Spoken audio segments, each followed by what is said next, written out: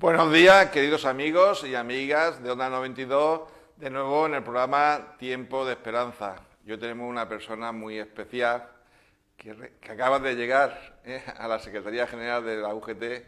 Muy buenos días, Paqui, y muy agradecido de estar aquí con nosotros. Buenos días y gracias a vosotros por contar conmigo. ¿Cómo te va la vida? Bueno, la vida me va ahora bien, no puedo quejarme. La vida va encarrilada, con muchísimo trabajo, con muchísimas responsabilidades, pero va bien, va bien. Me han dicho que naciste en Almería. Sí, nací en Almería, soy de la comarca de Níjar, de una pedanía de Níjar, que se llama Pueblo Blanco, y nací allí. ¿Y cómo llegaste a Murcia? Bueno, yo estudié la carrera de medicina en Córdoba y me vine, por primera vez mi actividad laboral la inicié en Lorca. Me vine al servicio médico de Primayor, que era el antiguo Quijales, que era un matadero, y había un servicio médico y me contrataron allí, y de ahí ya pues empecé a hacer sustituciones en el IMAS para la discapacidad, para las residencias de mayores, para la evaluación de la discapacidad. Aprobé el MIR, me fui a Cartagena y toda mi vida laboral la he desarrollado en la región de Murcia. Unos 23, 24 años llevo ya aquí. ¿Y cómo llegaste a la UGT? Pues mira, a la UGT llegué porque yo siempre he sido una médico un poco reivindicativa, ¿vale? Ha habido... Bastante reivindicativa, por lo que sé. He sido una médico bastante reivindicativa, trabajábamos en unas condiciones pésimas. Los médicos de urgencia soportamos una carga brutal, todo lo que se ingresa en planta pasa primero por urgencias, los turnos son agotadores. Llegamos a trabajar unas 2.600 horas al año, unas 2.600 horas, de las cuales la gran mayoría no nos computa ni para la jubilación ni tiene factor reductor a pesar de las noches y de tal. Se nos paga como si fuera una guardia normal de un médico que está en planta y que solo acude si hay una urgencia, y como todos sabemos, las guardias de urgencia es un horario continuado. A veces a las 3 de la mañana hay más gente que a las 3 de la tarde. Entonces no podemos equiparar una guardia en planta, que es dura, a una guardia de presencia en las puertas de urgencia. Y ahí empezó mi lucha sindical, pues porque no estaba de acuerdo con la distribución del horario, no había muy poco personal. Ellos alegaban siempre que había personal suficiente, siempre que había una manifestación, una huelga, nunca podíamos asistir porque siempre estábamos en servicios mínimos. Es decir, yo me he tirado casi 23 años en la puerta de urgencias de Santa María del Rosel y Santa Lucía, porque éramos el único equipo de urgencias que cubría las dos puertas, y jamás he podido ir a una manifestación ni nada, porque siempre hemos estado en servicios mínimos. Entonces, es curioso que luego se vendiera a la población que no hay médicos para cubrir la puerta, cuando durante 22 años ellos solo han contratado los servicios mínimos en una puerta cuando había mucho personal. Y ahora, con la excusa de que no hay médicos, pues siguen sin contratar. Entonces ahí mis reivindicaciones comenzaron y ellos pues empezaron a atacarme en lo personal y en lo profesional. En lo profesional no pudieron ir muy lejos porque no llegaba a mi hora, trabajaba a mi hora, hacía todo como el resto de mis compañeros, y ellos, conocedores que tenía un hijo con discapacidad, pues fueron a recortarme todos los derechos que ampara la Constitución por tener un hijo con discapacidad. Y ahí me sentí que me hundía, que el mundo se me acababa, y UGT fue, siempre lo he dicho desde el primer día que me escogieron, que fue un puerto seguro. UGT me abrigó, me amparó y luchó conmigo por todo lo que era una injusticia, y bueno, y así me introduje en el mundo de UGT. Luego estuviste maltratada, ¿no? Pues podemos Sí. utilizar esa terminología, Sí. atacada, maltratada. Sí. Mi hijo tiene una alta dependencia y una discapacidad importante. necesita ayuda para todo, es un niño que pertenece al espectro autista, tiene una condición autista y necesita ayuda para todo. Entonces yo caí en depresión porque no podía llevarlo a las terapias, a todo lo que implicaba estar fuera de casa. A él lo descolocaba porque ellos siguen unos patrones de mucha rutina y cuando la madre faltaba mucho el niño pues se descompensaba. Entonces, debido a que no podía compaginar y tal, a través de salud laboral se dieron cuenta del daño que hacía el tipo de horario que tenía y entonces me hicieron una adecuación de horario, no una reducción, una adecuación. Es decir, hacía menos tarde pero hacía muchas más mañanas, hacía menos guardias para que mi salud no repercutiera negativamente, pero hacía muchos más turnos de mañana. Es decir, yo trabajaba exactamente lo mismo que el resto de mis compañeros, pero habían hecho una adecuación de horario para que pudiera compaginar mi vida con las terapias de mi hijo y mi vida laboral con las terapias de mi hijo. Cuando empecé a ser sindicalista y a decir todo eso, pues lo primero que intentaron hacer es quitar la adecuación de horario. Atacaron allí. Afortunadamente el Servicio de Salud Laboral, Psiquiatría y tal, vio inconveniente y vio frontalmente que esto no provenía de una necesidad del servicio, sino de un ataque a mi persona por todas las reivindicaciones que hacía y se mantuvo firme. En ese año creo que me tuvieron que hacer en salud laboral 4 informes porque ellos siempre ponían una queja detrás de otra y bueno, fue horrible.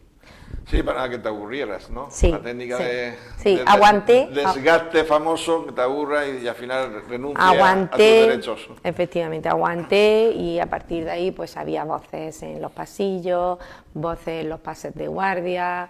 La gente me dijo que por qué no denuncié, porque pues lo intentamos. Tengo testigos de la secretaria general de Sanidad de UGT, del secretario de Organización de Servicios Públicos, acudir al gerente para que esos acosos cesaran y más que nada porque fuera una cosa conciliadora, pero aún así ellos no cesaron. Ellos han seguido poco a poco y bueno, al final problemas de salud, me detectaron también un marcador, una mutación genética cancerígena y me tuve que someter a unos tratamientos importantes quirúrgicos y a ellos aprovecharon ese momento para volver a atacar en el punto que más me dolía, que era mi hijo. Me denegaron las vacaciones y me denegaron la reducción de jornada por cuidado porque yo tengo la custodia de mis hijos, un hijo de alta dependencia y con discapacidad. Mientras mis compañeros, había 3 compañeros con reducción de jornada, a mí me la denegaron, una reducción de jornada no retribuida. Pero eso te ha hecho una persona más profunda, más honda, más luchadora.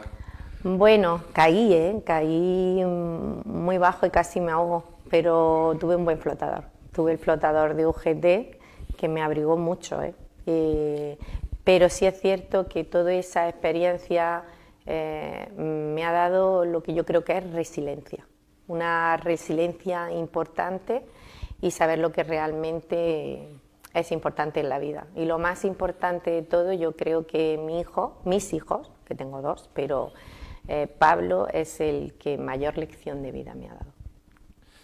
Y bueno, ¿y cómo es el trabajo de urgencias? Porque esta mañana estaba oyendo a algún médico y alguna médica hablando de atención primaria, de urgencia, la gran dificultad de la sobrecarga que hay en urgencia y la gran preocupación que hay ahora mismo con las agresiones, ¿no? Es que es todo la pescadilla que se muerde la cola. Urgencias, no tenemos buena educación sanitaria. En general la población no tenemos buena educación sanitaria. Y para nosotros todo lo que nos afecte debe ser solucionado hoy, ahora y en tiempo récord. Entonces, los servicios de atención primaria están desbordados, tienen que atender patologías múltiples, con múltiples fármacos, analíticas, informes, bajas. El trabajo de la atención primaria es muy duro, muy importante y está muy menospreciado. Es decir, mucha gente piensa que el médico cabecera lo que tiene que hacer es derivar. No, un médico cabecera tiene que saber qué engloba. El que esté la atención primaria desbordada hace que si tú tienes fiebre y tienes una amígdala y tienes que sacarte un antibiótico, pues no vamos a urgencia. Si te has torcido el tobillo y la radiografía va a tardar 3 días y piensas que puedes tener una fisura, te vas a urgencia. ¿Qué ocurre también? Las listas de espera de lo que son las consultas de neurología, de psiquiatría, de muchísimas especialidades, tienen unas listas de espera de 1 año, año y medio. Con lo cual, si tienes una ciática, porque estás pendiente de una intervención quirúrgica de la espalda, si tienes 2 crisis epilépticas, cuando estás pendiente de te vea el neurólogo, si tu padre tiene un Alzheimer y se ha descompensado y hasta el año que viene no puedes ir. Todo lo que el sistema no abarca y falla, lo asume urgencia, porque la puerta de urgencia está abierta 24 horas, 24/7, 30, 365. Con lo cual, la deficiencia del sistema la asume el médico de urgencia. Entonces, cuando llega la paciente, vienen desgastados, vienen enfadados de que no le hayan visto en el tiempo el reumatólogo o no lo haya visto tal. Esa falta, esa ansiedad de no estar siendo tratado de su patología, el padecimiento que lleva, que llega a urgencia, y como no todo lo que hay son urgencias, porque tienes que asumir mucha primaria, lo que he dicho previamente, una adecuación sanitaria deficitaria, pues eso hace que la gente se ponga nerviosa y que ataque. ¿Y a quién ataca? A la persona que está en primera línea. Evidentemente no van a ir a atacar al consejero, no van a ir a atacar al gerente del servicio murciano, ni al gerente del hospital, va a atacar a la persona que tiene a la que ven. Y es la que ven. Y entonces se ha extendido, se ha generalizado, y la figura de los sanitarios, no solo los médicos, agreden a celadores, a auxiliares, a enfermeras, se ha extendido desafortunadamente, y algún día vamos a tener una desgracia como la que ya tuvimos en Moratalla. Pero por más que lo decimos y más que recurrimos a que la sanidad hay que gestionarla de una forma más eficiente para que sea más eficaz, pues no nos escuchan. Y entonces ahí el papel tan importante que tienen los servicios de la Unión General de Trabajadores para luchar contra todas estas adversidades. Damos un salto en el tiempo. ¿Cómo llega a ser secretaria general de UGT? Pues la verdad que mucha gente me ha preguntado que cómo me presenté a ser secretaria general de UGT. ¿Cómo te atreviste? Bueno, yo no me presenté a ser secretaria de UGT. Sí, no miramos al lado, ¿no? No. Yo no me presenté. Yo, debido al acoso tan brutal que tuve y que tengo 2 plazas en propiedad, tengo la plaza de propiedad de urgencias hospitalarias y otra plaza en propiedad en urgencias extrahospitalarias, aconsejada también por todo el mundo sindical de mi UGT, me aconsejaron que cambiara de destino y que pudiera vivir un poco. Y cambié a la ambulancia. Y estando en la ambulancia, la verdad que un equipo maravilloso, me recompuse laboralmente, físicamente, y recibí una llamada para decirme que querían que me presentara a secretaria general de UGT. Y al primer momento pensé que se había equivocado de teléfono, que estaban llamando a otra persona. Y me quedé y dije, pero si yo para eso no sirvo. Pero ellos me animaron y me convencieron de que sí que podía hacerlo. Y no fui capaz de decir que no, porque me ayudaron en el momento más oscuro de mi vida laboral, y a veces solo nos acordamos del sindicalismo cuando lo vemos negro, pero cuando ya somos felices y la cosa nos va bien, no nos ponemos de frente. Y creí que era mi deber como sindicalista devolver lo mucho y bueno que habían hecho por mí. ¿Qué vieron en ti? Algo vería, porque evidentemente no es... Bueno, perdona la expresión, ¿eh? Sí. Esta misma. No, no, estoy convencida, ya le digo yo, que los secretarios son gente muy, muy inteligente. ¿El qué vieron en mí? No lo sé. No, eso habría que preguntárselo a ellos. Sí. Yo creo que quizá que era resiliente y que, mi opinión, creo que ellos pensaron que era resiliente, que era una chica que luchaba por lo que creía justo, que tenía unos ideales buenos, que nunca he luchado por mi interés personal, sino por el interés de todos mis compañeros, a pesar de que yo ya tenía mi contrato, que yo ya tenía mi plaza, yo seguía luchando por el bien de mis compañeros y creo que eso es lo que vieron. Creo que lo fundamental. Me consta, me consta, porque yo, claro, evidentemente yo estoy afiliado a la UGT. Como debe de ser, el mejor sindicato que hay. Bueno, estoy a varios más. Lo siento, comparto. Pero el primer sindicato fue la UGT aquí en las Torres de Cotilla. Además fue graciosísimo porque había quedado con Juan Pedro, que me iba a afiliar, quedé en la sede de UGT. Y la persona que estaba ahí no me conocía, que era cura. Y cuando yo llego, dice, ¿qué haces aquí? Digo, porque vengo a afiliarme. Dice, ¿cómo que te vas a afiliar a un cura? ¿Tú te puedes afiliar? ¿Por qué no? Y yo diciendo, que sí, que me voy a afiliar. Pero claro, yo estaba deseando que llegara Juan Pedro, porque conocía la realidad y la motivación. Bueno, el hombre me empieza a hacer la ficha y cuando le dice, ¿y qué empresa te pongo? Digo, Obispado de Cartagena. Dice, no, tú no te puedes afiliar, que te van a echar un puro, te van a echar de la iglesia.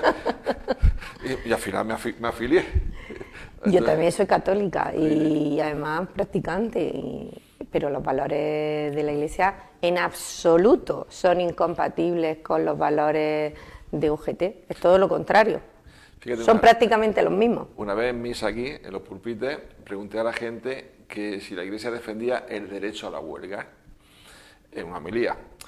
Y la inmensa mayoría decía que no, que la iglesia no se metía en ese tema y que la iglesia no estaba de acuerdo con esas cosas. Menos 2, 3 o 4 personas que dijeron que sí, y cuando yo le leí lo que decía la iglesia sobre los sindicatos, el valor de los sindicatos y el derecho de los sindicatos a la huelga, se quedaba un poco sorprendidísimo. Pero el desconocimiento, sí. Hombre, el que el Papa actual haya cogido el nombre de León XIV es muy significativo, porque ya sabemos lo que promulgó el León XIII y creo que está más claro que el agua que los valores sindicales están dentro de la Iglesia, no, son parte de la Iglesia y tenemos los mismos ideales, somos progresistas, integradores. Son dos entidades completamente diferentes, es verdad que la evolución de una evoluciona más que la otra, pero desde luego no somos para nada incompatibles. A mí cuando me dicen, pero Paqui, digo, yo sí, soy católica, soy creyente y vamos, he sido catequista cuando estaba en COU y para nada creo que sea, todo lo contrario, es que pienso que... Sí, hay una sintonía en la doctrina, totalmente. En la doctrina social de la Iglesia. Te falta decir una cualidad que también me he enterado antes, que tienen las puertas abiertas para la gente. Sí, no, pero eso yo creo que es parte de mi carácter. Yo desde pequeña me gustaba mucho ayudar, de hecho quería curar a personas o animales, es una cosa que he dicho. Y no me gustaba que la gente estuviera enferma, estuviera mal. Y mi casa está abierta, siempre que hay alguien que se pone mal, tocan a la puerta. En verano, que las mangas se llenan de gente, sí. No es raro el día que me toquen, oye, Paqui, ¿qué más? Tal. Mi casa siempre ha estado abierta y no podía ser de otra manera que si llego al sindicato de UGT, la puerta tiene que estar abierta para todo el mundo que necesite algo, siempre. Además, nos encontramos una persona que acoge, que escucha, eso es muy importante, escuchar. Bueno, yo creo que es fundamental escuchar y es fundamental tener empatía por el que está necesitado, empatía por en mi caso ahora mismo en UGT, por el trabajador que lo está pasando mal, que no llega a final de mes, empatía por todas las circunstancias de los pensionistas, de los jóvenes que no tienen vivienda. Es que hay que tener empatía, porque se puede estar en un sitio o en otro más rápido que más rápido que la luz. Sí. Ya, de hecho, tenemos aquí a un gobernante que cuando se levanta por la mañana estamos pendientes de a ver qué disparate o qué cosa se le ocurre. Y los derechos que se han ganado se pueden perder muy rápidamente. Los derechos se ganan con la lucha de muchos años, de mucha gente involucrada, pero basta que se levante alguien que no está muy centrado y los intente cambiar, como ha ocurrido recientemente la propuesta que ha hecho un partido de extrema derecha para decir que las subvenciones que nos pertenecen a UGT por el trabajo que realizamos, porque nosotros nos mantenemos de nuestros afiliados, el 80% de todo el trabajo que hace UGT lo pagan sus afiliados, y sin embargo UGT es un sindicato que con ese 80% que pagan los afiliados lucha porque se suba el salario mínimo interprofesional, ¿no? y se consigue. Pero UGT no dice, no, que sigan cobrando 600 euros todos los que no están afiliados a UGT, porque esto lo han pagado mis afiliados. Y solo el que está afiliado a UGT que le suban el salario mínimo interprofesional a 1.100 y pico, no, 1.180, que lo suban solo a los afiliados de UGT. ¿Cómo lo vería la sociedad? Mi pregunta es, ¿cómo lo vería? Sin embargo, ha calado el mensaje del odio, de que no trabajamos, de que no aportamos a la sociedad. ¿Cómo vería la sociedad que solo se hubiese subido el salario mínimo interprofesional a los afiliados de UGT? Porque son los que han pagado los jueces, los que han pagado las mesas de negociación, los que han pagado todo eso. ¿Cómo lo vería? ¿Cómo vería la población en general que tu hijo vaya a trabajar y que la empresa no le ponga un arnés, que no le ponga un casco, que no haya un sistema de unas mejoras en seguridad laboral, si no hubiese estado un sindicato ahí detrás mirando para que un trabajador llegue a casa cansado pero no muerto? Y lo que nos queda por trabajar. ¿Cómo es posible que la población crea que eso es pagar a una pandilla de vagos? ¿Cómo es posible que es el trabajo tan arduo que le ha costado la vida a mucha gente, que otros pocos, alegando que son muy españoles y con la Constitución, quieran saltarse el artículo 7 de la Constitución? ¿Cómo hemos llegado a ese punto? Es un análisis que hay que hacer y es profundo. Y hay que explicarle a la población cuáles son los trabajos que realiza el sindicato.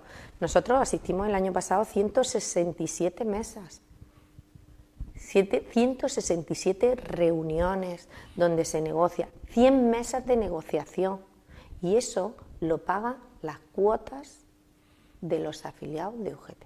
Claro, el que va es un liberado que lo paga el afiliado a negociar derechos para los demás trabajadores. Para todos, porque UGT cuando negocia algo no lo negocia solo para ellos, lo negocia para todos los trabajadores.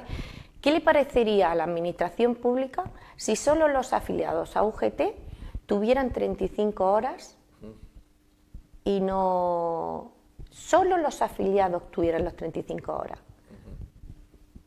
¿Qué les parecería? ¿Qué les parecería a todos los de la función pública de la CAR que el sueldo que ha conseguido UGT con sus negociaciones a nivel central no le hubiese subido el 9,5%?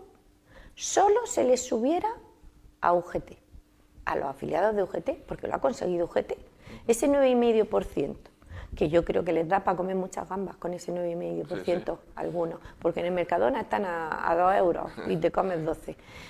Lo digo por el mensaje, claro, por el mensaje sucio, desleal y permítame la expresión de un poco de ignorancia, porque realmente si tu sueldo ha subido, si trabajas menos horas, si has subido el salario mínimo interprofesional, si vamos a luchar por 37 horas y media, eso lo han conseguido los afiliados de UGT. Las subvenciones que se nos dan son para aportar trabajo en materia de seguridad y salud, en materia de igualdad, en materia de protección de LGTBI, pero que pueda alguien decir que las subvenciones a sindicatos. Y mi pregunta es, ¿esto Estos partidos tan extremistas, tan polarizantes, ¿han pensado en, por ejemplo, su subvención, la subvención que le otorga la Constitución por ser un partido mayoritario, donarla a ONG o hacer una campaña contra el hambre o hacer viviendas de protección con su subvención? No. Lo que quieren es quitar el apoyo institucional, cargarse la Constitución para que no haya más voz que la suya y para que el trabajador vuelva a ser un esclavo, no un empleado. Seguiremos luchando. Seguiremos luchando hasta el final. Tengo ahí el reloj ya que va avanzando para aquí. Una pregunta, me quedan 2 o 3 preguntas nada más. Sale secretaria general de UGT y al día siguiente entra en tu despacho y dice, ¿y ahora qué hago? No, me imagino que ese momento que entra en tu despacho y dice, bueno, ¿y ahora? Eso pensé. Llegué a un sitio que no había visto nunca, porque yo siempre me he parado en mi planta, en la de servicios públicos. Y llegué a una planta que no conocía, a un despacho que yo me sentía muy pequeña en el despacho, pero he de decir que UGT es una rueda gigante que funciona con nosotros, pero sigue funcionando si alguno de nosotros paramos o caemos o somos sustituidos. Y enseguida tuve el apoyo no solo de las 3 federaciones, de las que estoy muy, muy orgullosa, muy, muy orgullosa y muy, muy agradecida, sino de todos los empleados que hay en la Unión, en la UCA. Y enseguida fue, aquí tenemos esta reunión, tiene esto, tiene aquello, y he de decir que me he sentido muy arropada en todas las plantas que hay de UGT en la región y fuera de la región, porque he visitado personalmente a todas las uniones comarcales de la región, porque han sido los procesos congresuales, democracia congresual, que les molesta a mucha gente, hay democracia congresual, y he podido ir a ver todas las uniones comarcales de la región, porque me he acercado personalmente a todas. Bueno, ya la penúltima pregunta.